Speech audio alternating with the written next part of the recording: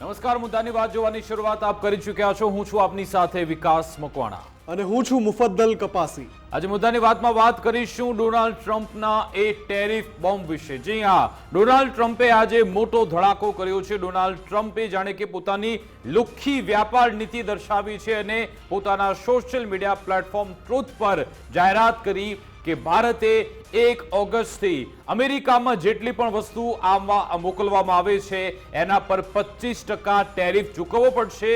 ન માત્ર 25% ટેરિફ પરંતુ એની સાથે સાથે પેનલ્ટી પણ ચૂકવવી પડશે। એનો મતલબ કે જેટલી પણ વસ્તુ આપણે ત્યાં અમેરિકામાં મોકલીએ છીએ એના પર વધારાનો 25% ટેક્સ સાથે સાથે પેનલ્ટી એ પણ 48 કલાક બાદ એટલે કે 1 ઓગસ્ટ બાદ ચૂકવવી પડશે। એટલે કે 25% એ ટેક્સ અને પેનલ્ટી માની લો 10% હોય, 15% હોય કે પછી 20%, એટલે કે આખો આ ટેરિફનો જે આંકડો છે એ 50% સુધી પણ પહોંચી શકે તેવી શક્યતા છે।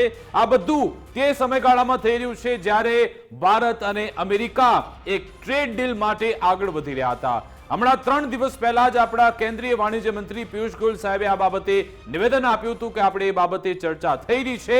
અમેરિકાનું ડેલિગેશન ભારત આવી રહ્યું છે। આ મિડ ઓગસ્ટમાં અમેરિકાનું ડેલિગેશન આવશે। એની વચ્ચે ડોનાલ્ડ ટ્રમ્પે આખરે આ ટેરિફ બોમ્બ કેમ ભારત પર ફેંક્યો છે? આજે સવારે જ પોતાના વિમાન એરફોર્સ વનમાં જ્યારે ડોનાલ્ડ ટ્રમ્પ જઈ રહ્યા હતા ત્યારે પત્રકારો સાથે વાતચીત દરમિયાન ડોનાલ્ડ ટ્રમ્પે કહ્યું હતું કે ભારત તો મારો દેશ છે, મિત્ર દેશ છે।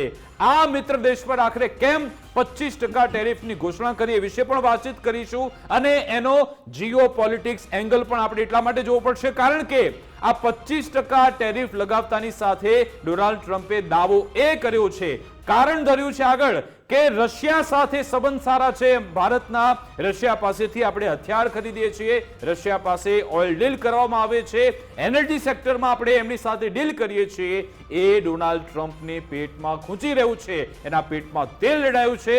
પરંતુ સવાલ એ થાય કે શું આ વ્યાજબી કારણ છે? કારણ કે એવું તો નથી કે અત્યારે 2 દિવસ પહેલા જ આપણે રશિયા સાથે સંબંધ સુધાર્યા હોય। આપણે તો વર્ષોથી રશિયા સાથે સંબંધ સારા ચાલતા આવે છે, પરંતુ આ ડોનાલ્ડ ટ્રમ્પના નિર્ણય પાછળ ઘણા બધા કારણો છે।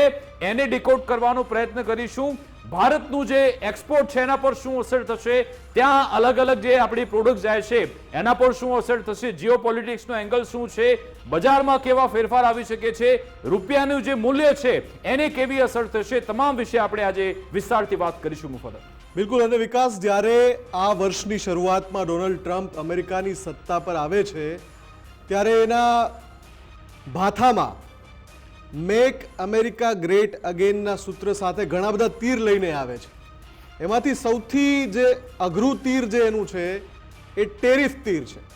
અલગ અલગ રાષ્ટ્રો પર હું આટલા ટકા ટેરિફ નાખીશ, હું આટલા, જાણે કે વિશ્વનું સંચાલન એને કરવાનું એ રીતે ટેરિફની વાતો ટ્રમ્પ કરે છે। પોતે કરેલી વાત, રાત્રે કરેલી વાત પરથી એ સવારે ફરી જાય છે, પછી સાંજે નવી વાત કરે છે। આ જે ટ્રમ્પનું વલણ છે આખી દુનિયા જોઈ ચૂકી છે અને યુરોપના રાષ્ટ્રો સાથે પણ ટ્રમ્પે ટેરિફને લઈને સંબંધો ખરાબ કર્યા છે। યુરોપના રાષ્ટ્રો સાથે પણ આવું થયું છે। પણ જ્યાં સુધી વાત ભારતની આવે છે, પહેલા એમ કહે છે કે હું આટલા ટકા ટેરિફ લગાડી દઈશ, પછી એમાં એ ટેરિફ, એ જે પ્રસ્તાવિત ટેરિફ છે એની ઉપર ટ્રમ્પ એક પોઝની જાહેરાત કરે છે, પોઝ મૂકે છે કે હમણાં નહીં, હમણાં જૈસે થે સ્થિતિ સ્ટેટસ કો। એ પછી એક ડેડલાઇન આપે છે કે જુલાઈમાં અમે નવેસરથી ટેરિફની જાહેરાત કરીશું। જુલાઈના પ્રારંભથી જ ભારત અને અમેરિકા વચ્ચે ટ્રેડ ડીલને લઈને વાટાઘાટો ચાલી રહી હતી। આ વાટાઘાટોનો અંત આવવાની તૈયારી હતી। લાગતું જ હતું કે બધું સમૂહસૂત્રું પાર પડશે, પણ જે તમે કહ્યું એમ, જે ગઈકાલનો એમનો એક ઇન્ટરવ્યૂ વાયરલ થયો છે, એણે કહ્યું કે હું 20 થી 25% ટેરિફ લગાવીશ અને એ પછી એણે સોશિયલ મીડિયા પ્લેટફોર્મ પર જે જાહેરાત કરી, સૌથી અગત્યની બાબત આમાં એ છે કે અમેરિકા એવું કારણ આપે કે ભારત વધારે શુલ્ક લગાડે છે અમારી ઉપર, વધારે ટેરિફ લગાડે છે એટલે અમે 25%, ત્યાં સુધી તો બરાબર છે। પણ ભારતની પ્રાથમિકતા નક્કી કરવાની જે ટ્રમ્પની ચેષ્ટા છે એ ચેષ્ટાની નિંદા ત્યારે થઈ રહી છે। એ ચેષ્ટા એ છે કે ભારત પોતાના જરૂરિયાતના સૈન્ય ઉપકરણો કયા દેશ પાસેથી ખરીદે એ અમેરિકા નક્કી ન કરી શકે। ભલે અત્યારે પણ કહે, પણ એ ભવિષ્યમાં પણ નક્કી નહીં કરી શકે। ભારત ક્યાંથી ફ્યુલ ખરીદે ભારત ક્યાંથી ઈંધણ ખરીદે અમેરિકા નક્કી નહીં કરે. અત્યારે એને કારણ આપ્યું કે ભાઈ ભારત રશિયા પાસેથી ઈંધણ ભારતને જોવાનું છે, એ ભારતનો વિષય છે, તમારો વિષય નથી. તમે એમ કહો કે ભારત આટલા ટકા ટેરિફ લગાવે છે એટલે અમે એટલા ટકા લગાવીએ છીએ. એમાં તમે રશિયા નાખો, એમાં તમે ચીન નાખો, એમાં તમે ફ્યુલ નાખો, એમાં તમે સૈન્ય ઉપકરણ નાખો.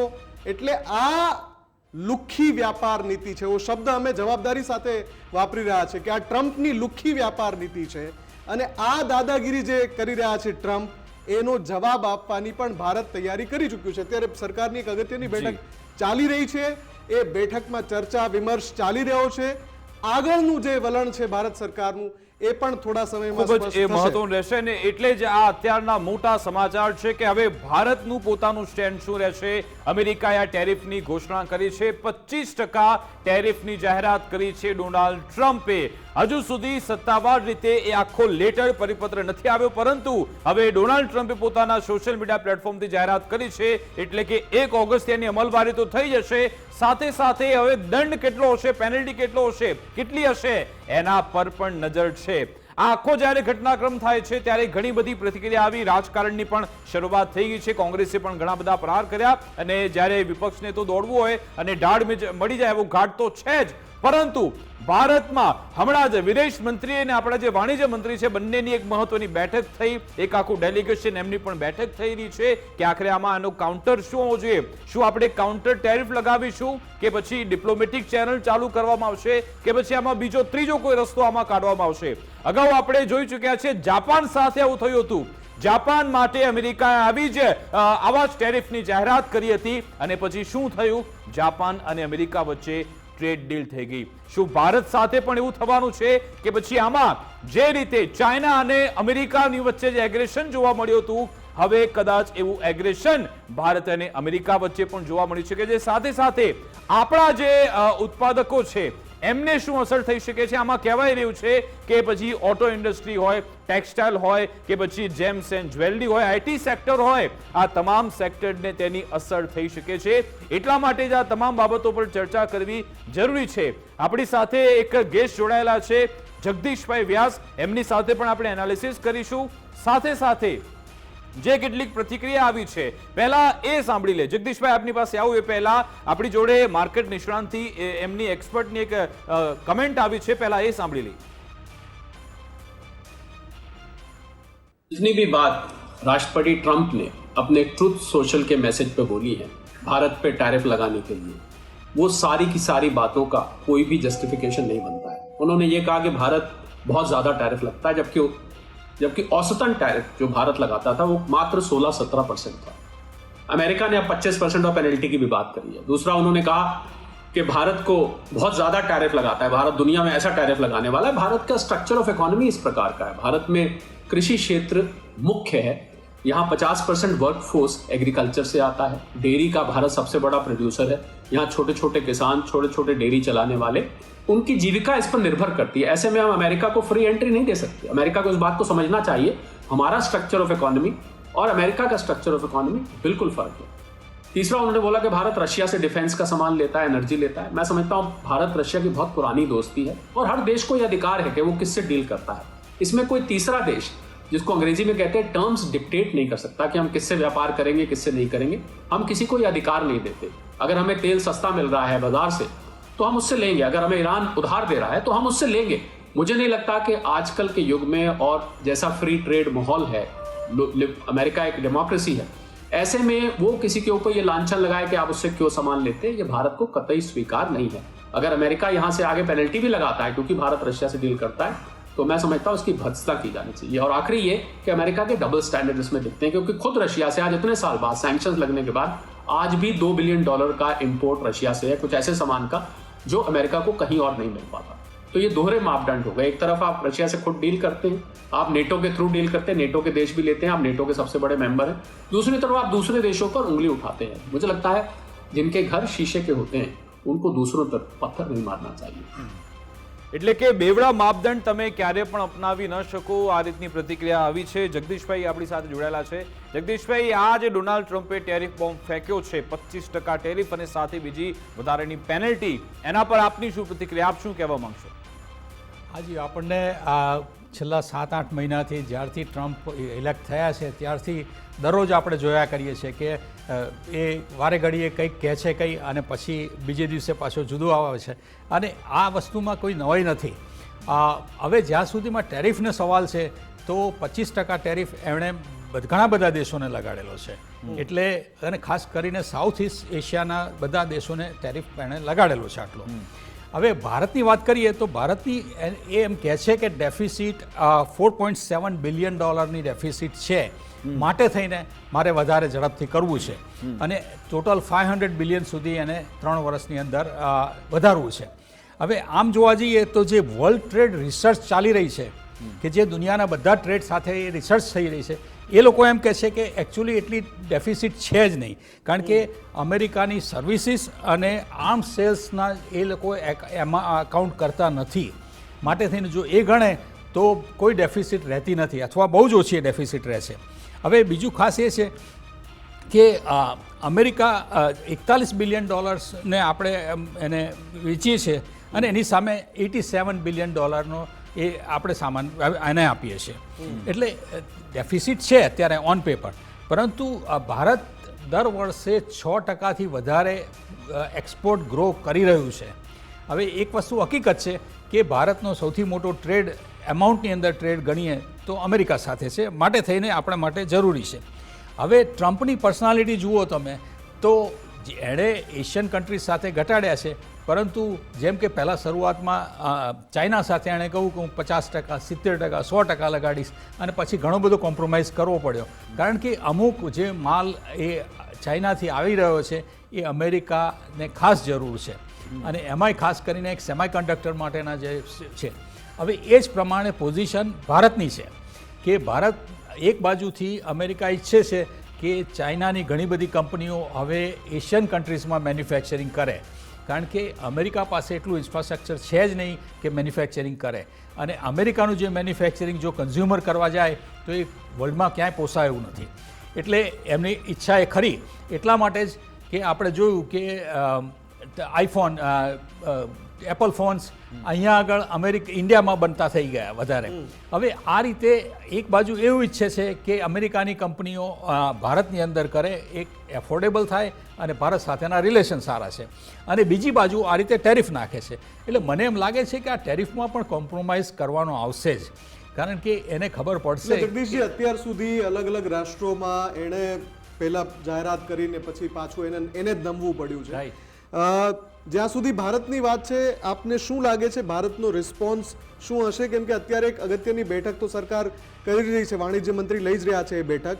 આપને શું લાગે છે ભારતનો રિસ્પોન્સ શું હશે આમાં? હા, ભારત આપણે બંને તરફના રિલેશન, એક આપણે ફ્રેન્ડશિપના નામ પર આપણે કરી છે અને એના માટે આપણે એટલે જ શરૂઆતમાં એવું કોઈ અગ્રેસિવ આપણે સ્ટેપ લીધું નથી અને આપણે બહુ જ ન્યુટ્રલ પોઝિશન પર એમની સાથે નેગોશિએશન કરેલું છે.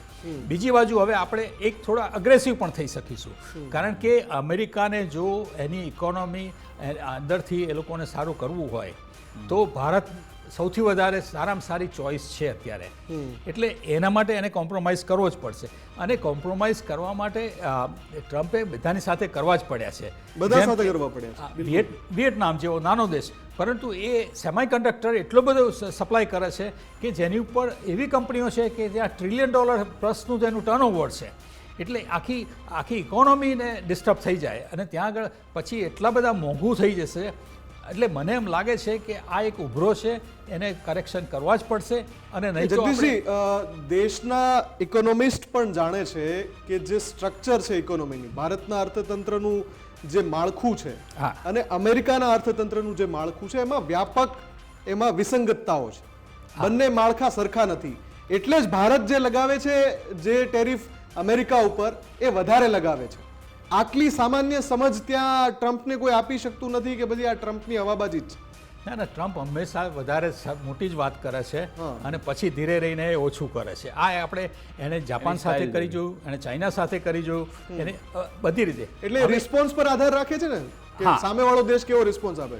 ભારત રિસ્પોન્સ આપશે જ, અને આપણે બંને રીતે આપીશું.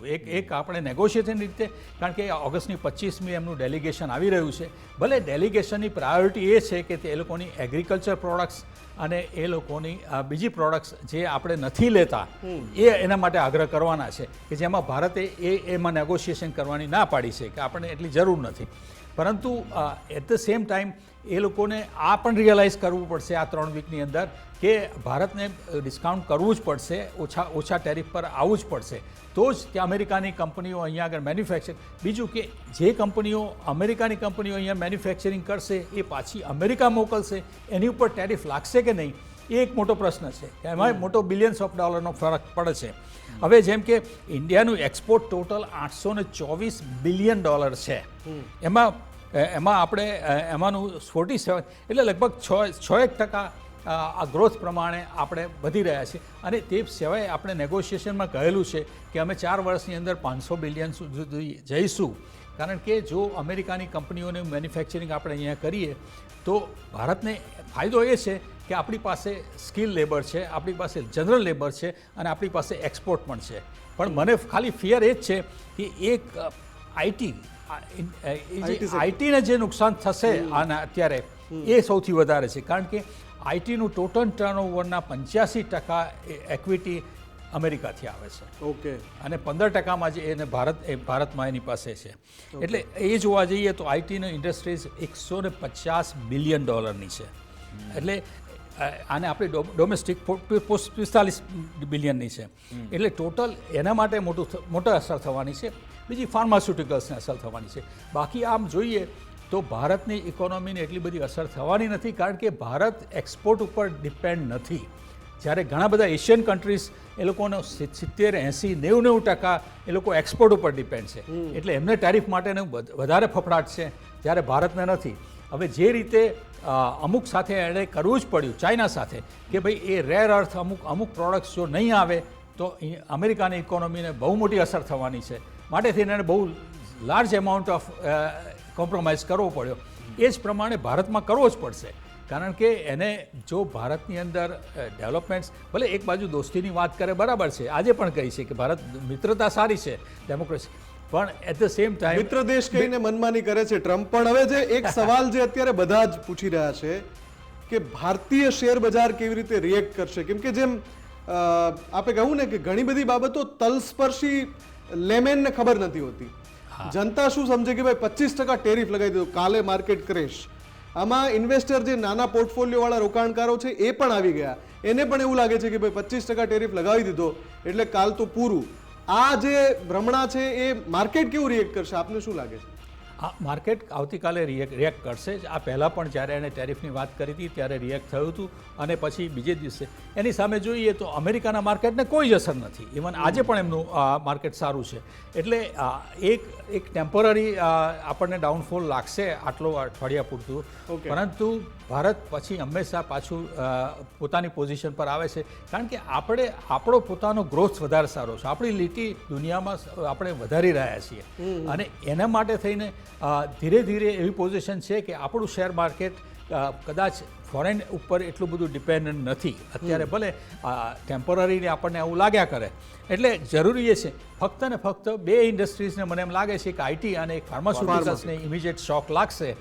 પરંતુ અમેરિકામાં દુનિયાની 60-65% દુનિયાની દવાઓ અમેરિકા કન્ઝ્યુમ કરે છે. એટલે એને ભારત સિવાય એ એફોર્ડેબલ એટલી પ્રાઇસમાં મેડિસિન ક્યાંયથી મળી શકે એમ છે જ નહીં. એટલે એ આપણી પાસે મોટું ટ્રમ્પ કાર્ડ છે કે આપણી પાસે ક્વોલિટી પ્રોડક્ટ્સ છે, આપણી પાસે ઇફેક્ટિવ પ્રોડક્ટ્સ છે, અને આપણી પાસે ઇકોનોમિકલ પ્રોડક્ટ છે. એટલા માટે થઈને કરવું જ પડશે. બીજું, આઈટી વિના પણ અમેરિકા ચાલે એવું નથી. અમેરિકાની ગવર્મેન્ટની કેટલી બધી એજન્સીઓ આ ભારત આપણી આઈટી કંપનીઓ ચલાવે છે, અને એના માટે થઈને જો આ રીતે ટેરિફ વધારશે, ભાવ વધારશે, તો એ લોકોની ઇકોનોમીને જ અસર પડવાની છે, એમનું જ ઇન્ફ્લેશન વધવાનું છે. એટલે અત્યારે એવું 6 મહિના સુધી કદાચ એવું લાગશે મારી દ્રષ્ટિએ કે બધું બરાબર છે, મેલો સારું છે, પરંતુ એ પછી જ્યારે એમની ઇકોનોમીની અસર પડશે અંદર ઇન્ટરનલી લોકોનો તરફ પ્રવાહ થશે ત્યારે ખબર પડશે. અત્યારે ટ્રમ્પનો ગોલ એ છે કે ગમે તેમ કરીને રશિયાનું યુદ્ધ બંધ કરવું અને એની ક્રેડિટ લેવી છે.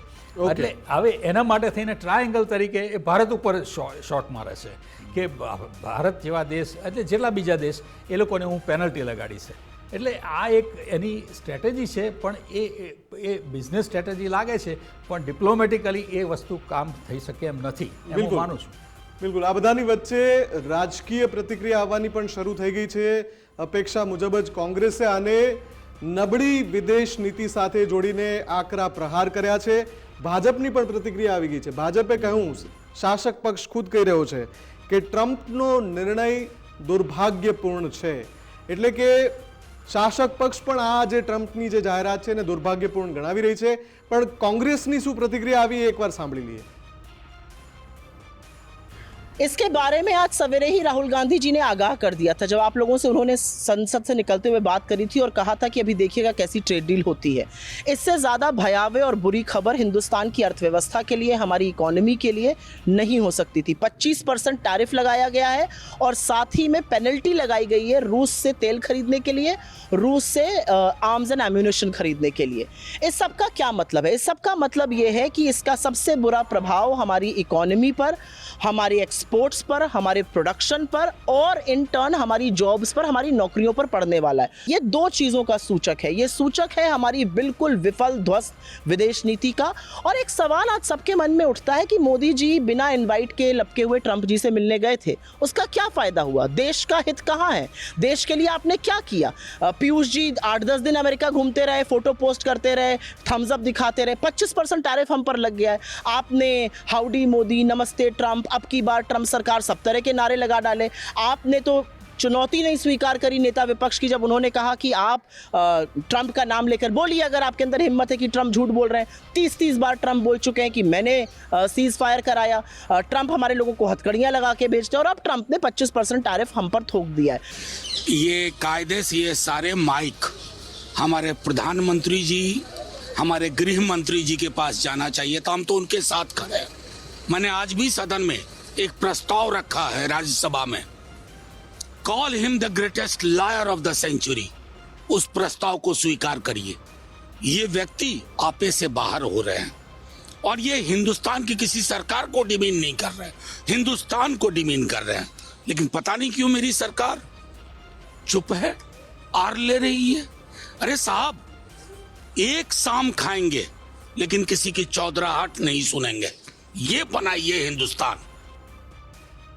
તો આ બધી પ્રતિક્રિયા રાજનીતિક આવી રહી છે. પરંતુ જગદીશજી, આપણે જે વાત કરી રહ્યા હતા, આજે 25% ટેરિફ પાછળ ડોનાલ્ડ ટ્રમ્પે રશિયાનું કારણ ધર્યું છે. આજે કહ્યું કે ભારત અમેરિકાનો મિત્ર છે, પરંતુ કેટલાક વર્ષોમાં અમે તેમની સાથે ઓછો વેપાર કર્યો. કારણ છે તેના ટેરિફ ખૂબ ઊંચા છે. ભારત હજુ પણ તેના મોટા ભાગના શસ્ત્રો રશિયા પાસેથી ખરીદે છે. એટલું જ નહીં, ચીન સાથે ભારત પણ રશિયા પાસેથી મોટા પ્રમાણમાં તેલ અને ગેસ ખરીદે છે. અને જ્યારે આખી દુનિયા ઈચ્છે છે કે રશિયા યુક્રેન હિંસા બંધ થાય, આ બધા કારણસર અમેરિકાએ આ નિર્ણય કર્યો છે. ડોનાલ્ડ ટ્રમ્પ આ રશિયાનું કારણ આગળ ધરી રહ્યા છે.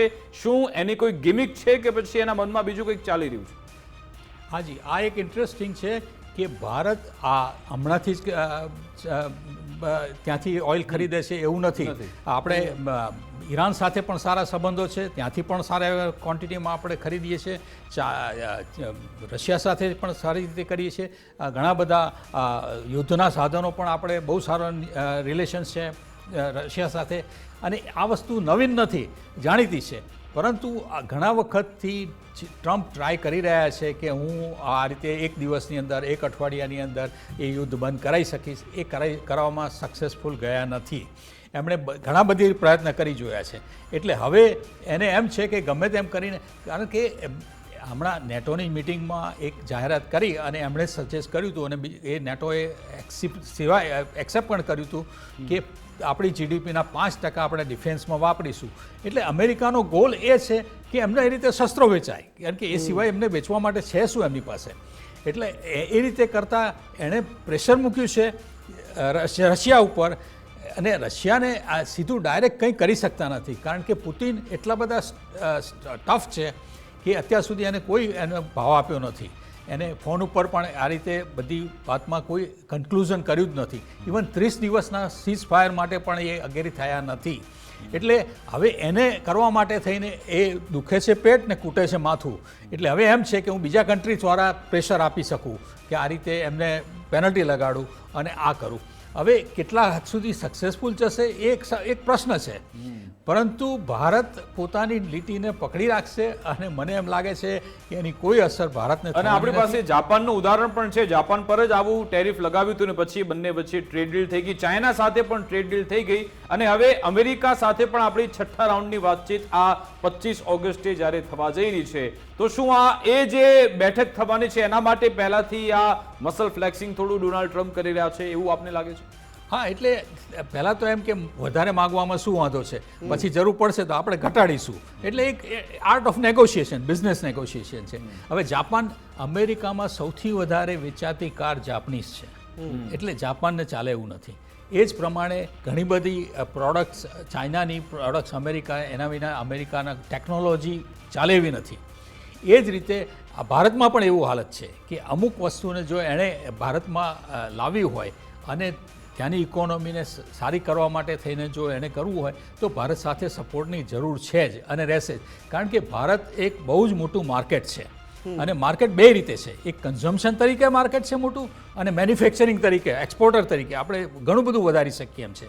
હવે આ પ્રશ્નોને ખાસ એને ખબર છે કે આ રીતે કરવાથી જરૂરી છે, પરંતુ એમ કે અત્યારે 25% નાખીએ છીએ અને પછી જોઈશું ધીરે ધીરે. જગદીશજી, કેટલા ટકા એવી સંભાવના આપને લાગે છે કે જે ટેરિફ અત્યારે ભારત લગાવી રહ્યું છે અમેરિકા પર, એમાં 5 કે 10% ભારત ઘટાડો કરે અને પછી 25 વાળી આ રેન્જમાંથી 20 કે 15% સુધી અમેરિકા જતું રહે, એવી કેટલી સંભાવના લાગે છે? હા, એટલે આ સબ્જેક્ટ ટુ કરેક્શન છે, કારણ કે ભારત પણ અમુક અમેરિકાની પ્રોડક્ટ્સ ઉપર ઘણો મોટો ટેરિફ પહેલાં લીધેલો છે, નાખેલો છે, અને એમાં આપણે એક મધ્યમ માર્ક પણ કાઢેલો છે. દાખલા તરીકે હાર્લી ડેવિડસન મોટરસાયકલ માટે હવે કાયમ આ ટ્રમ્પે આ પહેલાંના 4 વર્ષ દરમિયાન પણ આ રોજ એને કકડાટ હતો જ કે એની પર આપણે 100% ડ્યુટી નાખેલી છે.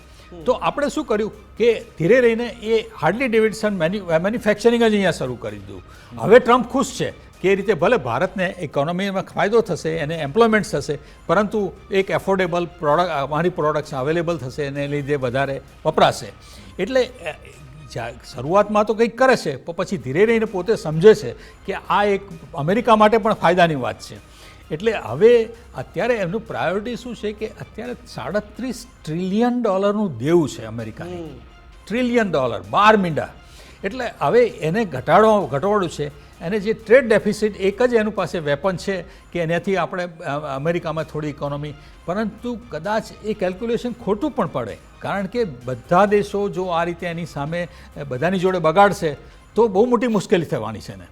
કારણ કે જો એને ઇમ્પોર્ટ માટે આટલું બધું કરવું હોય ટેરિફ માટે, પણ એટ ધ સેમ ટાઈમ એણે પોતાની વસ્તુઓ અમેરિકા દુનિયામાં વેચવી પડે છે. વર્લ્ડ ટ્રેડ સાથે એને એગ્રીમેન્ટ છે કે એટલે દુનિયામાં વેચવા જવું પડશે. એટલે જો એ પોતે વધારે ટેરિફ લગાડશે તો બીજા કન્ટ્રી પણ લગાડશે. એટલે હવે બધા આમ જોઈએ તો 25%ની રેન્જમાં બધા જ કન્ટ્રી આવે છે, પ્લસ એન્ડ માઇનસ. તો એના કારણે ભારતને એટલી મોટી અસર થવાની નથી, કારણ કે ભારત પહેલી વસ્તુ કે એટલું બધું ડિપેન્ડન્ટ નથી. ભલે આપણા માટે ટ્રેડિંગ માટે એક બહુ મોટો પાર્ટનર છે અને એ તો રહેવાનો જ છે. એટલે મને એમ લાગે છે કે કરેક્શન ડેફિનેટલી થશે અને ભારત ડિપ્લોમેટિકલી આપણું ફોરેન સ્ટ્રેટેજી આપણી બહુ સ્પેસિફિક છે અને ગોલ ઓરિએન્ટેડ છે.